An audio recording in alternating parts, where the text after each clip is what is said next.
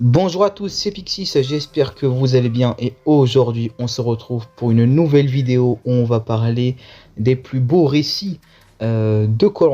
Donc voilà, j'ai décidé de sélectionner 15 récits, je dirais les plus marquants, les plus intéressants à parler, à analyser. Et donc on va commencer avec Il était une fois la plus grosse trahison de koh. Donc voilà, on est en 2006 dans koh Vanuatu avec deux meilleurs amis, Gaël et Marie, qui étaient vraiment un binôme vraiment solide. Et voilà, le Pagonjin, je dirais, se passe comme il faut. Et donc, à la fin de cette saison, on arrive à donc 6 aventuriers, donc 6 jaunes. Et c'est donc 3 binômes. Le binôme François David et Émilie, le binôme Sébastien et Ludovic, et surtout le binôme le plus soudé depuis l'épisode 1, donc Gaël et Marie. Et pourquoi c'est la plus grosse trahison de l'histoire du jeu à mon goût? C'est-à-dire que c'est une trahison qui à la fois est super dure à avaler pour Gaël, et on va même le voir lors du jury final avec tout ce qui va se passer, notamment Marie qui va quitter le jury. Également le côté dramatique par rapport, je dirais, à cette amitié qui donc se casse aux portes de la finale, c'est-à-dire que c'est les deux éliminés aux portes de la finale. Et donc Marie s'élimine toute seule en éliminant Gaël, sa meilleure amie. Il y a déjà ça. Et de 3, c'est, on va dire, dans les 3 binômes de fin, le binôme qui était le plus à même d'être solide, on va dire. C'est-à-dire que les deux autres binômes, Sébastien Ludovic et Émilie et François David, n'étaient pas aussi solides, n'étaient pas aussi, je dirais, présents. C'était pas vraiment un binôme en tant que tel. C'est-à-dire que Gaël et Marie ne faisaient qu'un. Et on va dire que parfois c'était un peu dérangeant. Donc cette trahison de Gaël qui se prend un couteau dans le dos par Marie, sans aucune raison, car même sans ça, Gaël aurait été éliminé. Et donc qui pénalise Marie qui est éliminée aux portes de la finale, qui montre son vrai visage entre guillemets à Marie, et qui va notamment être vue comme la sorcière, le diable en personne. C'est vrai que ça nous donne, on va dire, la terminaison d'un duo qui se termine très mal pour la première fois. On va dire que c'est la première fois qu'un duo, donc koh casse et qu'il explose à la fois. Donc ce qui nous donne cette terminaison là qui est assez triste au final. Donc voilà le premier récit assez simple, mais on va dire vraiment qui a marqué les esprits. Et donc on va enchaîner ensuite avec Il était une fois le cerveau belge Maxime en 2011 à Argent-Pat qui fait son faux collier. Et oui, il a dupé tout le monde ce Maxime. Et le récit de ce personnage il est très intéressant car on va dire que c'est le stratège, le candidat qui a été le plus en avance sur la production. Il était vraiment en avance sur son temps et je pense que c'était un assidu de la version américaine car il avait capté le concept des colliers d'immunité jusqu'à en faire même un faux dès la première édition, ce qui est quand même plutôt surprenant. Et également stratégiquement, les 2 premiers conseils, donc des rouges lors des deux premiers épisodes, c'est lui qui les a menés d'une main de fer et clairement il a tiré les ficelles du jeu en gâchant l'aventure de Lisa et de Catherine, mais pour ses intérêts à lui, qui va marquer l'émission à vie, clairement. Et ce qui marque le plus pour moi, Maxime, on va dire, c'est le faux collier. Donc pour moi, Maxime, c'est l'art de l'overplay en fait. L'overplay qui est souvent décrié comme quelque chose de, je dirais, qui décrédibilise la stratégie, qui n'est pas, on va dire, un faiseur de jeu intéressant, on va dire. Et c'est clair, ces dernières années, quand on a des Adrien, des Alexandre, voilà, même des Benjamin en 2022 qui font du surjeu et que ça ne fonctionne pas, forcément, ça crée quelque chose de malaisant, de pas bien pour la stratégie. Mais quand c'était bien fait comme Maxime, c'est intéressant, car Maxime, certes, il en fait trop en faisant ce faux collier, mais il nous offre, on va dire, un moment télévisuel, un moment de divertissement, mais tel, avec un clash exceptionnel lors de sa sortie, notamment aux ambassadeurs. Donc ça nous donne vraiment l'image aussi de ce personnage qui était vraiment en avance, même si il a fait des choses où il n'avait pas forcément besoin de faire pour avancer dans le jeu. Mais on va dire que ça nous a montré à quel point il était vraiment très très fort et très en avance sur la production, je le répète. Donc voilà, Maxime le cerveau belge, forcément, je devais en toucher un mot si je parlais des plus beaux récits, on va dire, de koh.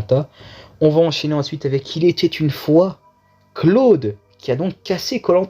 Lors de sa 3e participation dans koh l'île des héros, le concept était très simple, hein, c'est qu'il y a 5 héros qui venaient dans une saison anonyme. Donc il a vraiment montré, on va dire, à ces petits jeunes, à ces néo-aventuriers comparés à lui, hein, si on les compare, qu'il était vraiment pas là pour se faire marcher dessus, car voilà, il était dans l'équipe minoritaire. Pour une fois, Claude ne dominait pas le jeu à la fin de la saison, et donc il a prouvé lors de cette histoire qu'il nous fait dans koh l'île des héros, qu'il avait vraiment sa place en tant que meilleur aventurier de l'histoire de koh, en tant que légende absolue, car il va faire quelque chose d'assez exceptionnel, c'est qu'il va en un seul épisode remporter l'autothème. Également, il avait bénéficié du vote noir de Jessica, donc la dernière éliminée, et également il avait le collier d'immunité que Théoura lui avait passé quand il était sorti avec.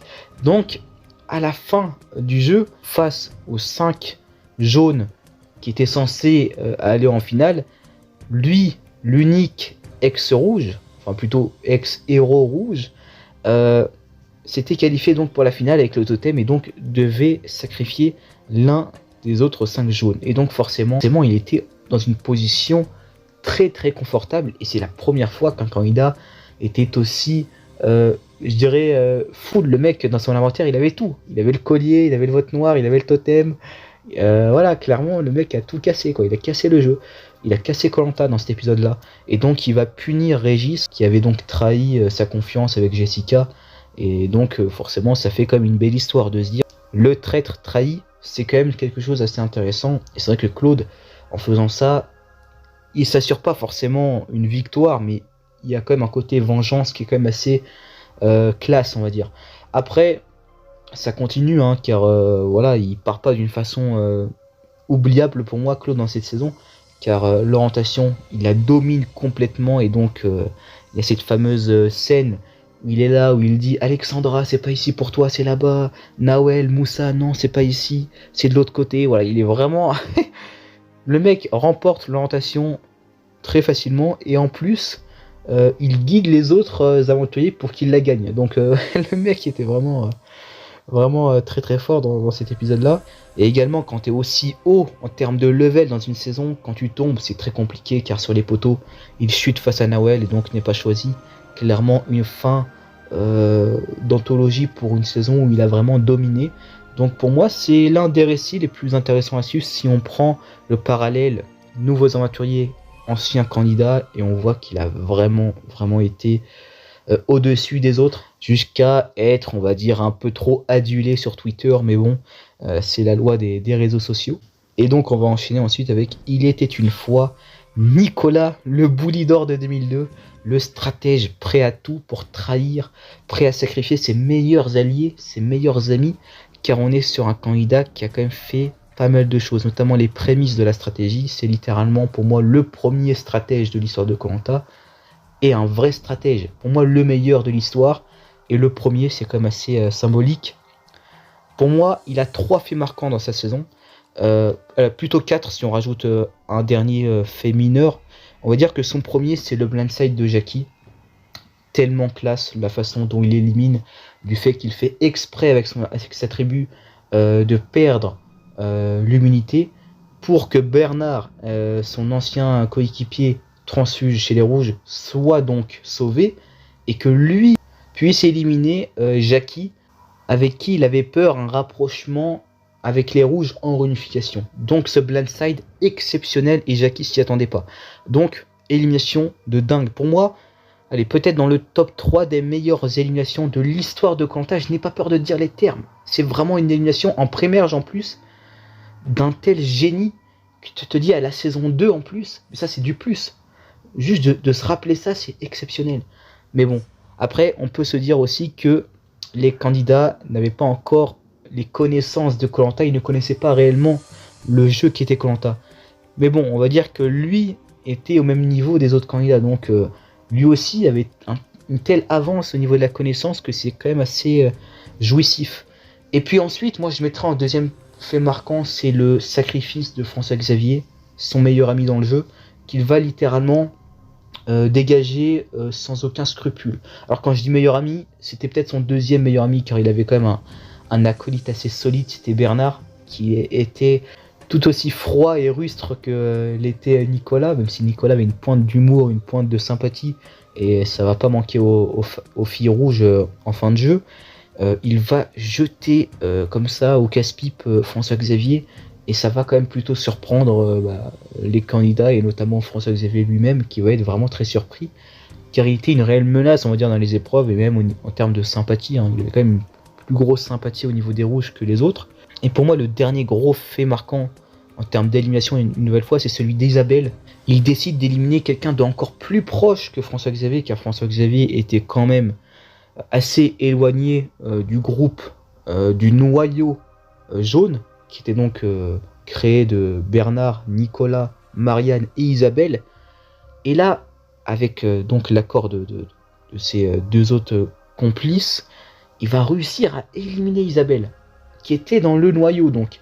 Car dans ce noyau-là, elle était celle qui avait le plus d'affinité, et peut-être celle qui pouvait s'en détacher assez rapidement en finale, on va dire, sans trop faire de casse. Alors que les trois autres étaient quand même assez détestables en gros. Donc là, il fait vraiment un fait mais exceptionnel à 2 conseils de la finale. Donc il avait encore cet état, je dirais, de sûreté. Même après avoir éliminé François Xavier en faisant une grosse trahison, je vais faire encore plus gros pour mon prochain tour, pour mon prochain conseil, pour que je puisse pas me faire avoir dans les derniers je dirais jours du jeu. Donc là il fait quelque chose d'assez incroyable, qui est pour moi mythique. Pour moi ces 3 éliminations là que je vous ai citées, elles font partie des meilleures de toute l'histoire du jeu. Donc c'est vraiment assez ouf. Et on va dire en dernier fait marquant qui conclut, on va dire, cette belle histoire qu'avait fait Nicolas dans cette saison, qui finit un peu mal vu qu'il se fait clairement manger en finale. C'est le fait qu'il, sur les poteaux, il soudoie Amel en lui faisant promettre que si elle tombe, il va la choisir finalement. Mais tout ça, c'était qu'un leurre, vu qu'on savait que même si Amel tombait, il allait choisir Bernard pour finalement gagner, vu que Bernard était tellement détesté qu'il était sûr de gagner. Surtout quand tu regardais les rouges, comment ils traitaient Bernard, enfin comment ils jugeaient Bernard. Ce qui était logique, vu que Bernard a fait des choses pas terribles aussi. Donc voilà, pour moi, c'est un récit tel qu'il est obligé d'être enseigné, on va dire, pour les futurs connaisseurs de Koh-Lanta. Ce candidat-là, paix à son âme d'ailleurs, était un tel génie qu'il était obligé d'être cité pour moi dans cette vidéo. On va enchaîner ensuite avec Il était une fois, l'art de l'opportunisme, que je donnerai à Philippe, le gagnant de Vietnam, qui est donc avec Claude, les 2 finalistes, les 2 candidats super marquants de Vietnam. Et pour moi, cette histoire-là, elle est vraiment dans la fin du jeu, quant à Philippe, avec Claude, qui sont vraiment, on va dire, tenants du titre, quand on regarde les performances dans les épreuves, la conscience que les deux avaient stratégiquement, c'est-à-dire que c'était les deux qui étaient vraiment au-dessus, quoi. Même si Kunle et Wafa pouvaient remporter Koh-Lanta Vietnam avec leur social, avec le fait qu'ils étaient dans l'alliance majoritaire, ces 2 autres, donc Philippe et Claude, étaient plus intelligents, plus malins, plus forts dans les épreuves, qui faisaient qu'on se disait, ah ouais, là il y a quand même quelque chose, et c'était vraiment 2 concurrents hors pair. Et ce qui est assez fou dans cette saison, c'est pour ça que c'est ma saison préférée aussi, en plus de la nostalgie, c'est que ces 2 candidats sont les 2 finalistes de cette saison. Et clairement, Philippe va prouver pour moi son art au niveau de l'opportunisme qu'il va avoir. C'est-à-dire que tout ce qu'il va faire, tous les choix dans la saison, sera fait pour et seulement pour gagner Koh-Lanta. C'est-à-dire que l'éthique, rien à foutre. Ce qu'on pense de moi, rien à foutre. Ce qu'on va montrer de moi après le montage de la saison, après la diffusion, j'en ai rien à foutre. Ce qui lui importunait le plus, on va dire, c'était ses enfants, sa femme et le titre. Et ça va se jouer notamment avec le fait qu'il donne sa poire choco seulement pour le fait d'avoir une belle image. Le fait qu'il va, on va dire, manipuler, entre guillemets, les filles aux portes de la finale pour éliminer Koundé à la place de Claude, car Koundé a cassé sa flèche, l'empêchant de voir sa femme pour partager un beau moment. Tout ça, ça va pour moi cohabiter pour dire putain, mais le mec a fait tout pour que ce Koh-Lanta là soit remporté de son côté. Il va tout mettre en avant pour aller jusqu'en finale face au détesté qui était Claude, le tyran. Et ça va tellement se voir qu'ils vont le cramer au jury final et que les deux finalistes soient tellement détestés que même au jury final, ils vont cracher dessus, quoi, sur les deux. Autant en faire gagner un, autant faire gagner le plus sympathique. Donc Philippe avait bien fait de choisir Claude, même si Claude était plus fort physiquement. Philippe a prouvé avec certains choix qu'il avait assumés pour gagner. Donc le coup de la poire choco, le coup de se mettre en retrait, notamment avec l'histoire du Tipeee au début du jeu, au début de se dire oui je vais pas être capitaine, le fait de faire une fausse modestie, tout ça va jouer. Et en plus si on rajoute à ça le fait qu'il mente sur l'un de ses potentiels projets, donc de faire un restaurant, alors que non, ça c'est faux, il le dira en interview plus tard, c'était un leurre une nouvelle fois, c'était un mensonge pour récolter des votes. Pour moi tout ça fait que pour moi il a été tellement opportunisme, il a tellement mis de côté son éthique pour gagner le jeu que certes c'est un salaud, on va le dire dans le jeu. Et bon voilà, ça donne pas trop envie de le connaître. Mais purée, mais quel beau jeu quoi, franchement, et quel beau jeu. Et le mec était pas mauvais dans les épreuves. Et notamment il gagne la dernière épreuve mythique de Koh-Lanta, donc les poteaux, qui va lui donner le choix ultime, donc de choisir soit Claude, soit Wafa. Forcément il choisit Claude. Il y a quand même beaucoup de choses où pour moi, il est maître du jeu, où il est quand même encore maître de ses décisions, où pour moi, Philippe c'est pas comme une Christelle, c'est pas comme une Clémence. Il n'y a pas que sur les poteaux où il est obligé de faire un choix. C'est durant tout le jeu où tu regardes, t'observes et tu te dis ah ouais quand même, ce choix-là, il n'a pas été anodin. Il a balancé Laurence au casse-pipe quand il faut. Enfin voilà, il y a quand même des choses où il a été vraiment très très bon. Et pour moi, c'est l'un des meilleurs candidats de l'histoire de Koh-Lanta. Claude, pour moi, c'est le meilleur aventurier de l'histoire. Mais clairement, dans ce premier Koh-Lanta, même si je préfère Claude personnellement, Philippe a vraiment dominé, on va dire, surtout au niveau de son art d'opportunisme qui va donc lui offrir la victoire. Et on va enchaîner ensuite avec Il était une fois, la chute du meneur des Taillacs. Clairement, l'équipe des Taillacs à Karamoan, c'était un rouleau compresseur qui roulait littéralement, sans blague, sur l'équipe des jaunes. Donc après le Pagonjin, tout ça, on arrive à notamment, voilà, c'est un récit quand même qui est très intéressant, vu que pour moi ça montre vraiment pour une fois la dominance qu'avait un candidat, c'est donc Bertrand en 2008.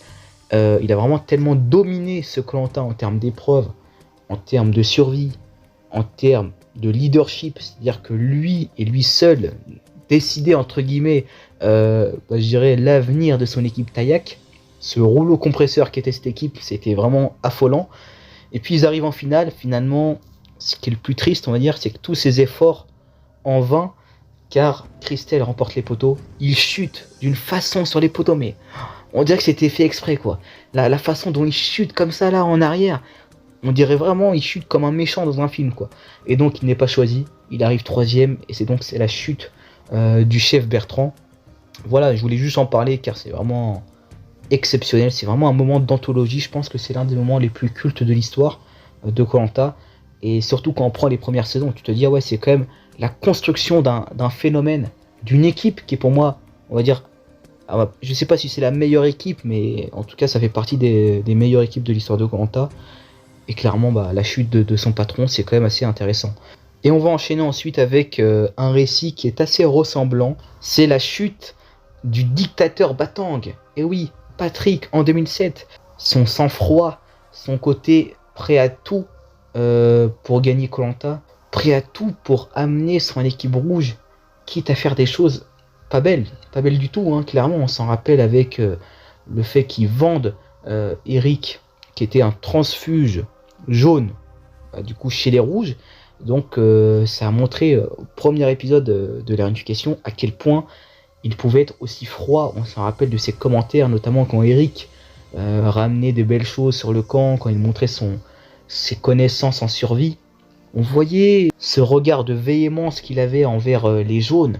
On voyait qu'il avait une haine contre les jaunes. Il ne voyait que les rouges en fait. Et finalement, est-ce qu'il avait raison?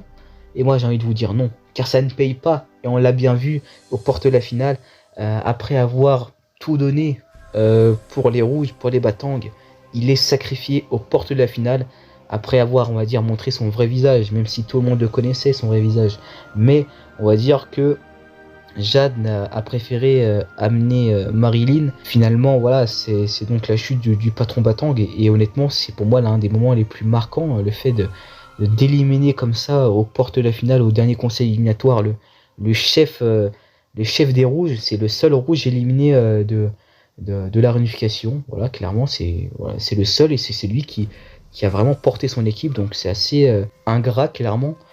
Et puis bah on a vu voilà que c'était vraiment pour moi le premier personnage et peut-être le seul personnage dans son style comme ça, dictateur, froid. On n'a jamais eu un candidat aussi froid de l'histoire de Koh Lanta, avec tout le bagage qu'il avait donc de aristocrate, chef de son entreprise. Enfin il a vraiment le cliché et ça fonctionnait vraiment avec ce qu'on voyait à l'écran. Forcément je pense que ça a été un peu forcé par la production aussi. Mais bref, ça nous a vraiment donné un personnage qui pour moi est réellement le vrai méchant de l'histoire de Koh Lanta. Et on va enchaîner ensuite avec Il était une fois, le chasseur chasse tous ses bourreaux. Clairement, bah, c'est Francis, hein, voilà, avec sa première saison en 2005 lors de Koh Lanta Pacifique. Il fait, bah, je dirais, dans les premiers retournements de situation de l'histoire de Koh Lanta. Il y avait eu Moussa quand même avant, mais on va dire que Francis en 2005, c'était vraiment le boulet de l'équipe des seniors. Il s'était déjà fait éliminer en plus, il a eu la chance de revenir. Il s'y est quand même, je dirais, combattu pour sauver sa place en éliminant le boucher Thierry. Il arrive en réunification, finalement, il hésite, soit il reste avec les rouges et donc il va pas forcément vivre une bonne aventure et en plus il a de grandes chances de se faire éliminer dans le calcul du jeu. Et également, soit il va chez les jaunes, ou soit, donc c'est la dernière roue du carrosse, il a de grandes chances également de se faire éliminer, mais il passe, on va dire, une bonne aventure. Finalement, il choisit la deuxième option et il retourne la situation avec un blindside légendaire où il élimine Jérôme, donc le rival de Mohamed, et il rejoint les jaunes. Et finalement, ça se passe pas comme prévu. Des ouvertures qui sont pas forcément, je dirais, créées par lui. C'est-à-dire qu'il y a des choses comme ça qui arrivent, notamment avec l'élimination de Kumba, où il arrive à se faufiler donc dans le carré final. Il arrive à gagner l'orientation avec une performance exceptionnelle. Et finalement, il arrive en finale face à la Benjamin et il perd en ayant 0 vote pour lui, ce qui est assez triste. Mais c'est vraiment une aventure rocambolesque et c'est vraiment le doyen que tu te dis, ouais, il a vraiment retourné la situation. Et ça fait partie des récits les plus intéressants à suivre. Car en fait, Francis devient jaune, hein. Il a même le maillot jaune en fin de jeu. Il n'est plus rouge en fait. Et je crois qu'il avait jamais été rouge, hein, car même quand il était chez les rouges, il était assez malmené. Donc très belle histoire qui se termine très très bien. Et donc on va enchaîner ensuite avec un prochain récit.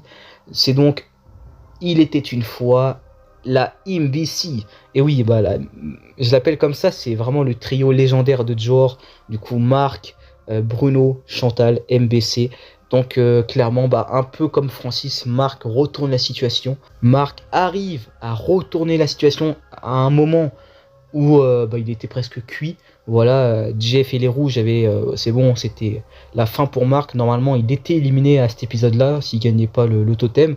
Et donc, il réussit à mettre dans la tête de Bruno, et notamment également Bruno saisit l'occasion car il avait de grandes envies de suivre Marc. Et puis Jeff également en rajoute en faisant une erreur stratégique de taille où il révèle que Chantal sera éliminée aux portes de la finale. Finalement, Bruno utilise ce fait pour rejoindre du coup Marc et donc avec Chantal retourner la situation avec les rouges, ce qui est pour moi l'un des moves les plus intéressants du jeu entier, car on a clairement Marc qui prend vraiment les deux plus méritants du côté adverse des rouges, où il n'avait jamais été avec eux. Clairement, ils se sont jamais rencontrés en pré-réunif, même s'il y avait eu des swaps. Et donc ça fait un trio totalement méritant sur la survie, sur notamment également sur le sport, où ils se donnent à fond les trois, où ils sont très bons pour leur âge. c'est vraiment les 3 doyens qui retournent le jeu. Et clairement, bah, ça fait des prouesses car même stratégiquement, ils sont vraiment présents, quoi. Et c'est vraiment très intéressant à suivre car c'est pour moi les meilleurs candidats de cette saison. C'est les plus intéressants, c'est les plus forts. Et donc ils s'unissent, même s'ils n'avaient pas forcément, on va dire, de lien au début. Et donc ça donne ce trio qui va notamment aller en finale, où ils vont réussir à du coup garder Sébastien, ne pas le faire flancher pour rejoindre Jessica pour pas forcément casser le trio, et donc dégager du coup Sébastien aux portes de la finale en ayant du coup Melissa qui remporte l'immunité, et donc forcément on arrive à ce trio final. Malheureusement Bruno perd à l'orientation et on a donc cette finale avec Marc et Chantal, 2 exceptionnels aventuriers, et donc qui aboutit avec la victoire de Marc, qui est pour moi la meilleure victoire de l'histoire de Koh-Lanta, le meilleur gagnant.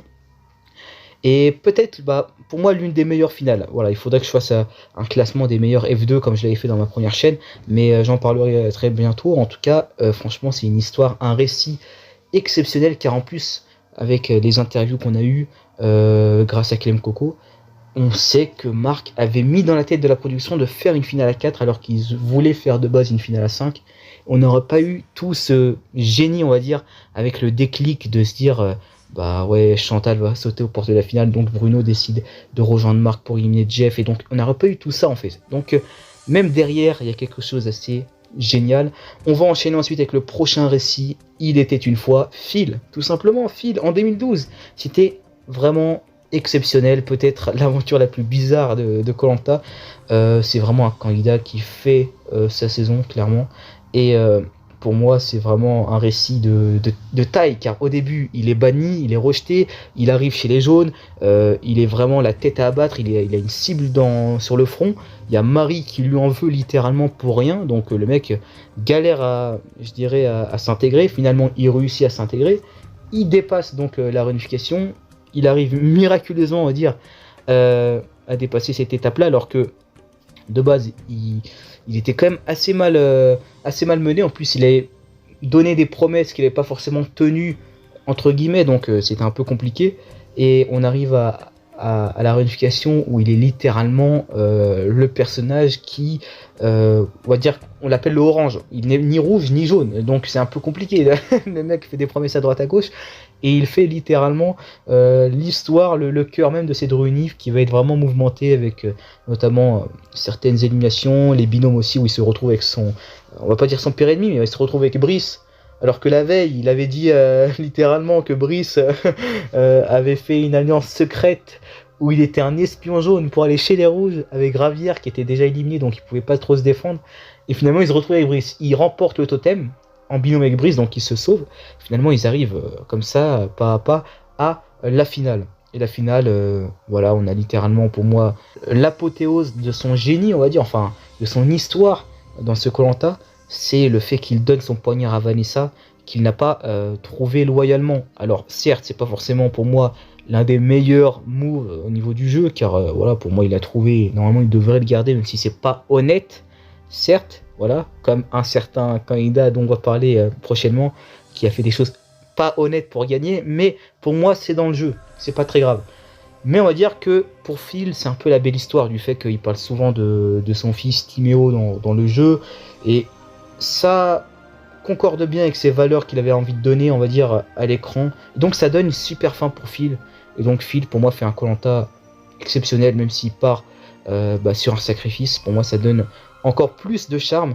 Et donc voilà, franchement, il était une fois Phil. Je pense que moi, je fais une petite référence à une vidéo que avait fait RJWT, je sais plus trop, c'était une chaîne YouTube à l'époque que je regardais, qui avait fait une vidéo compilation où il avait marqué il était une fois Phil. Donc voilà, je voulais faire un petit clin d'œil à ça, voilà. On va enchaîner ensuite avec il était une fois Patrick et Isabelle qui empêchent Rodolphe de gagner à Palau. Je pourrais même rajouter Kader. Donc voilà, c'est assez exceptionnel cette histoire, ce récit qui reste dans les annales, hein, franchement. Pour moi, c'est vraiment quelque chose qu'on n'oublie pas. Même si le public large de Koh-Lanta, je pense qu'on pas la référence de ça, ils ne savent pas ce qui s'est passé dans cet épisode-là. Mais je pense que tous fans de koh savent et ils sont assez, je dirais, interloqués par ce qu'a fait Patrick dans cet épisode-là. C'est-à-dire qu'on arrive à un moment de Palao où il reste plus que 2 conseils avant la finale. On arrive à un clivage entre Patrick et Rodolphe. Le mérite, donc Rodolphe, face à la stratégie, donc Patrick. À même que Rodolphe décide de faire de la stratégie en faisant un pas vers Patrick en disant ouais, je peux te faire des... Enfin voilà, on marche ensemble et donc on va essayer d'aller en finale ensemble.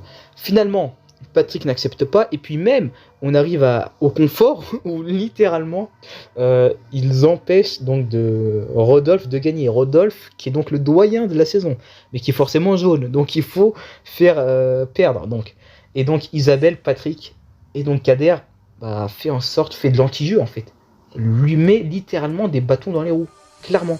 Et donc ils font perdre Rodolphe lors de ce confort, c'est Kader qui donc le gagne. Et ce qui pour moi est le plus marquant dans cet épisode-là, c'est notamment à l'immunité. L'immunité où Patrick est décidé à éliminer Rodolphe, car c'était pour lui, on va dire, le dernier réel jaune à éliminer, sa plus grosse menace entre guillemets jaune, car c'était vraiment son rival, hein. Patrick et Rodolphe, c'est une très grosse rivalité de l'histoire de koh et donc il va tout faire pour le faire perdre. Et Isabelle, donc sa complice, va être dans le coup, et un peu Kader aussi, ils vont, avec l'épisode des perches là, vont l'empêcher de gagner. Car honnêtement, quand on regarde l'épisode et quand on regarde l'épreuve, s'il n'y avait pas eu ça, je pense vraiment que Rodolphe aurait gagné cette immunité, car il était vraiment déchaîné, quoi.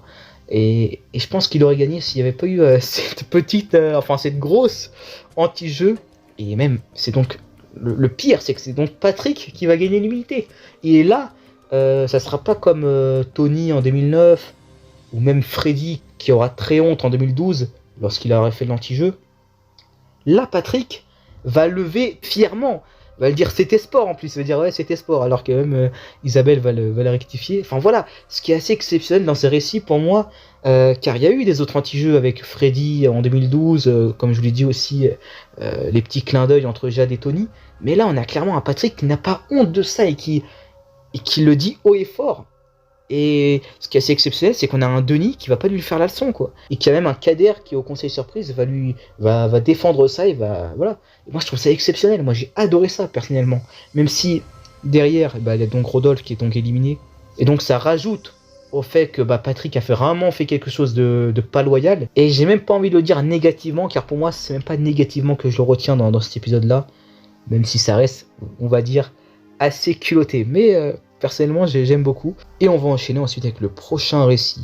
Il était une fois Amri Meissa. Et oui, pour moi, c'est l'un des récits les plus intéressants de ces dernières années.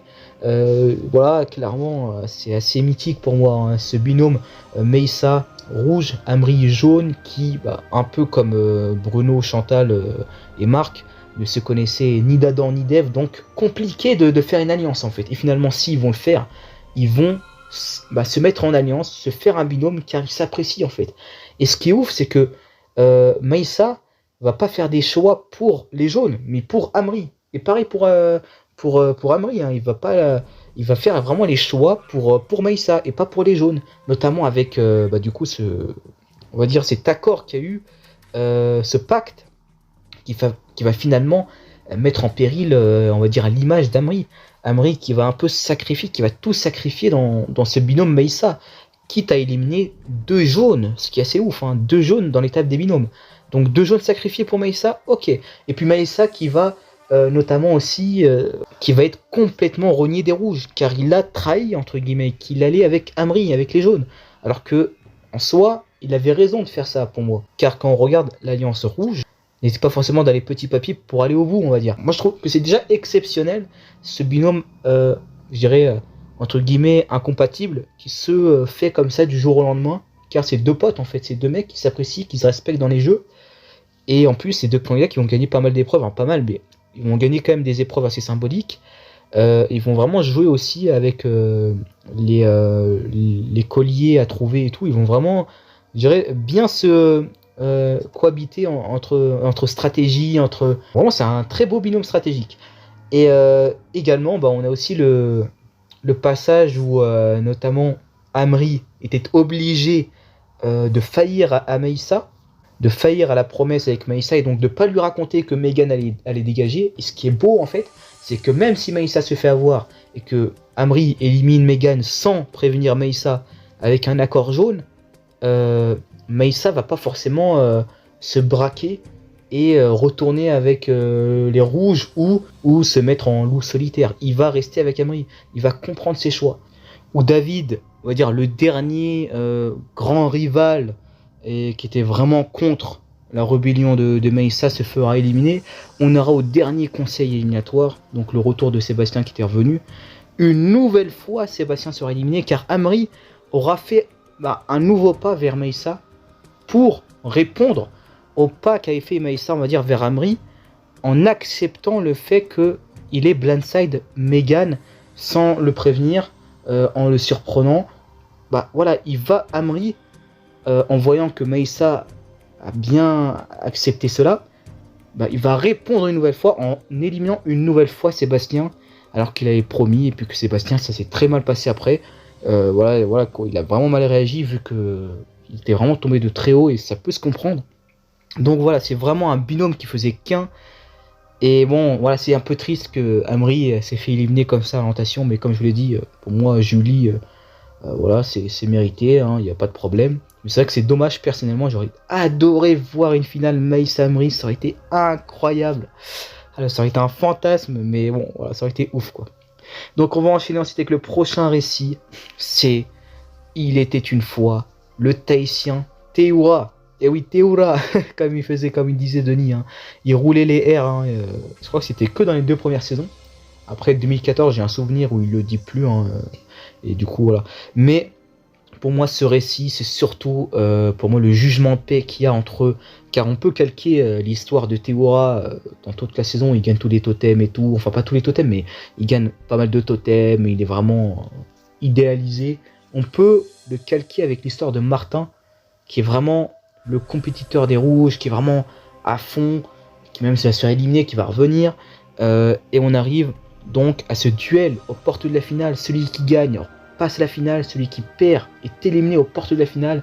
Et on savait que voilà, ça se jouait entre ces deux-là, entre le rouge qui a fait des fautes et qui est revenu et qui veut être pardonné de ces fautes-là, et du jaune qui était obligé de gagner ce totem pour ne pas être éliminé tout simplement. Et finalement, voilà, c'est Théoura qui chope le totem avec une magnifique célébration, on va dire. C'était vraiment incroyable. Et puis même 20 ans après, on apprendra lors d'un confort avec Sam, lors de Koh-Lanta la légende, quand il va regarder les meilleurs moments de chacun, que Martin, tel un vilain dans un film, tel Dark Vador, il va voilà, sniffer du nez comme ça, et apparemment Théoura sentait l'air comme ça de Martin derrière, et on voyait que Martin priait intérieurement pour que Théoura ne remporte pas ce totem. Et finalement, il gagne ce totem. Martin est éliminé aux portes de la finale. Théoura remporte l'orientation, voilà, avec une très belle performance. Et sur les poteaux, il perd.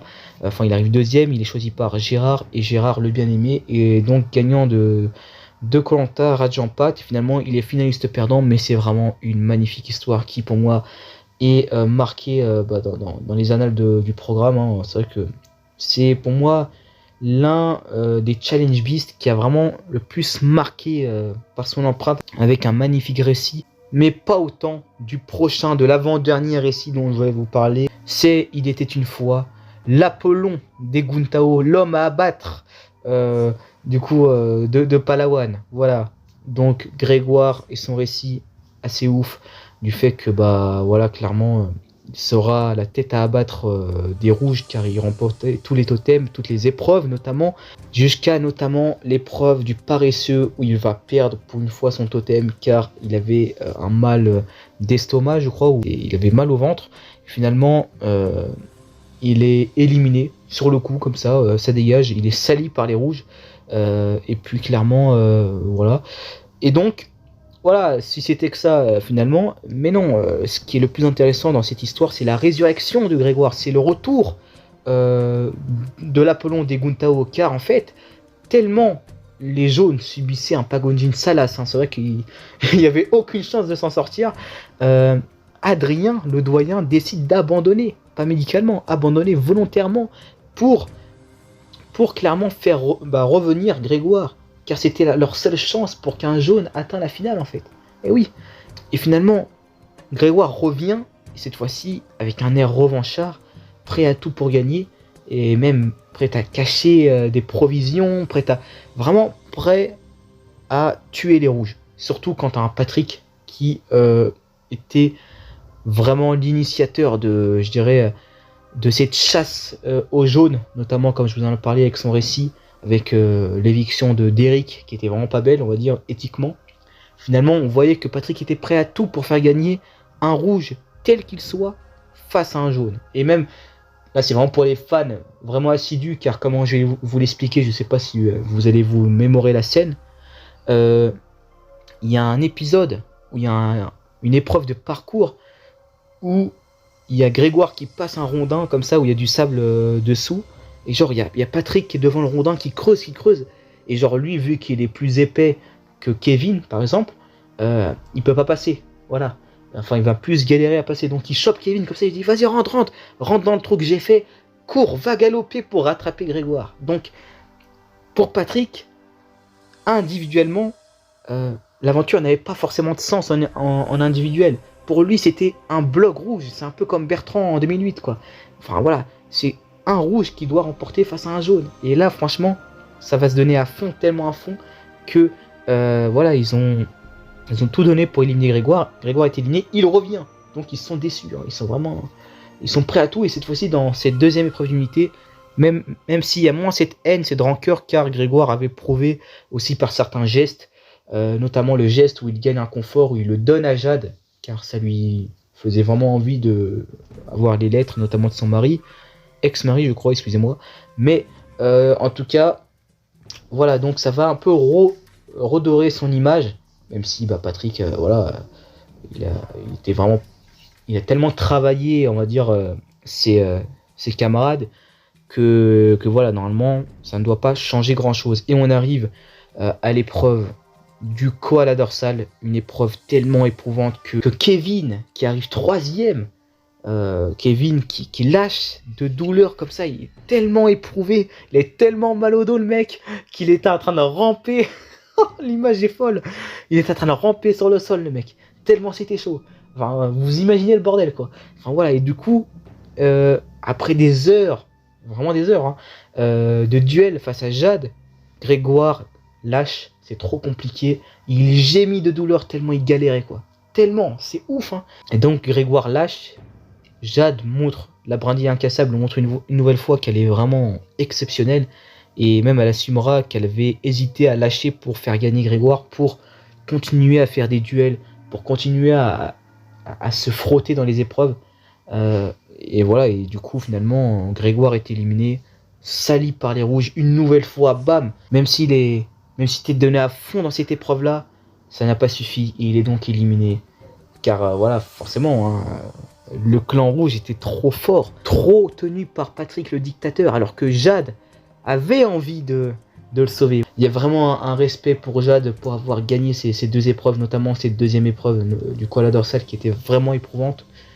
Et on va dire que là, Grégoire était tombé à la loyale comparé à sa première défaite. Donc voilà. Et on va terminer avec le dernier récit. Il était une fois Pascal l'immortel. Et oui, le candidat qui a fait tous les conseils du jeu, qui au troisième épisode voulait abandonner, finalement reste pour sauver ses copains jaunes du fait qu'ils étaient ils étaient tellement mauvais, et puis même il y avait des choses qui l'aimaient pas trop, notamment le comportement de Yu face à Lolo. Il décide de punir Yu, de rester pour sauver son équipe jaune. Finalement le swap, il arrive chez les rouges, il arrive à s'en sortir, il arrive à la réunification, il fait un parcours déjà d'anthologie, il fait tous les conseils déjà, voilà, c'est assez ouf. Et on arrive surtout, moi ce que je retiens le plus, c'est aussi les moments de bascule, où il est là, où il fait les choix assez importants, où il décide de mettre son aura de patron de côté, notamment quant à Gabriel qui fouille le sac de Pascal, où il explose littéralement, il explose hein. Et un peu après, Gabriel lui présente ses excuses, il l'accepte, il accepte les excuses de Gabriel. Finalement, il se met à jouer avec Gabriel. Ils réussissent à éliminer Nicolas, l'homme fort des jaunes. Enfin voilà, l'homme qui tenait les jaunes. C'était vraiment le candidat parfait. Cette rivalité Nicolas-Pascal était tellement voilà, présente. Finalement, il réussit à l'éliminer en ayant fait basculer, notamment ici avec le rôle de Wendy qui était assez important, mais bon, on n'a pas trop vu à l'écran, c'est un peu dommage. Faire retourner Gabriel pour qu'il élimine donc Nicolas, son rival, enfin le rival de Pascal, et donc finalement, après Nicolas éliminé, c'est bon, Pascal pouvait filer en finale. Du coup, Alain s'explose tout seul aux portes de la finale. Lui, ça l'arrange, il arrive en finale face à ses deux coéquipiers. Cecilia perd à l'orientation, c'est tout bénef pour lui. Il arrive sur les poteaux, il remporte les poteaux, notamment aussi l'orientation avant, avec une magnifique danse, avec il fait le poirier et tout, c'est assez mythique. Et finalement, il arrive, il gagne les poteaux. Il gagne les poteaux avec son 1m90, avec ses gros pieds, face à Gabriel, face à Wendy. Le mec est vraiment... il gagne les poteaux. L'image où il gagne les poteaux comme ça, où il lève les bras. Enfin, c'est mythique, quoi. Et il arrive, il gagne les poteaux, il choisit Wendy. Il respecte sa parole d'homme. Sa parole qu'il avait fait à Wendy dans les premiers épisodes, où il avait dit, toi, si j'ai l'occasion de t'emmener en finale, je t'emmène en finale. Pour respecter la parole que tu avais fait à ton père et tout. Finalement, il l'a fait. Même s'il savait qu'en faisant ça, il allait plus galérer de gagner face à un Gabriel. S'il aurait choisi Gabriel, il aurait forcément gagné. Quand on regarde tellement c'était serré entre les deux, entre Wendy et Pascal, bah, s'il avait choisi Gabriel, il aurait gagné clairement. Et bien finalement, il donne la victoire à Wendy. Ça aurait été tellement beau qu'il remporte la saison. Mais bon, pour lui, c'était sa victoire aussi de faire gagner une jeune fille, une jeune femme, pour la lancer dans la vie. Et puis finalement, c'était vraiment ce qu'il avait promis à Wendy. Donc c'est vraiment une super belle histoire qui se termine comme ça. C'est vraiment un parcours d'anthologie. J'en ai tellement parlé sur cette chaîne du parcours de Pascal, mais waouh, je pense qu'il est jamais assez et jamais trop vilain de répéter cet exploit. Mais vraiment, c'est tellement ouf, c'est tellement incroyable ce qu'a fait ce candidat dans cette saison-là. C'est ouf. Pour moi, l'histoire la plus mémorable.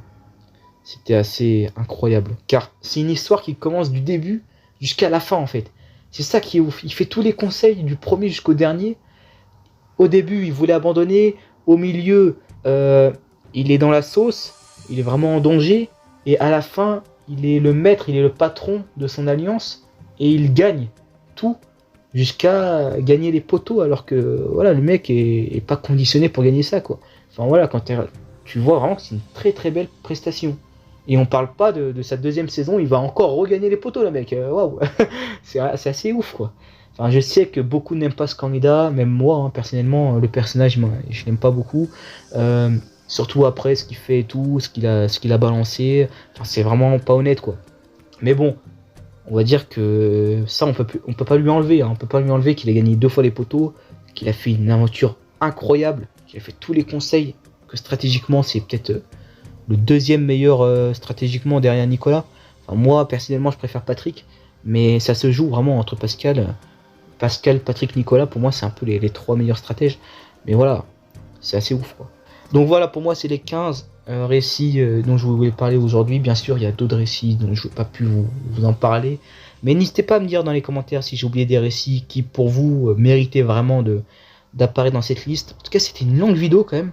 Voilà, je voulais vraiment m'attarder sur chaque récit, mais pas forcément trop longtemps non plus.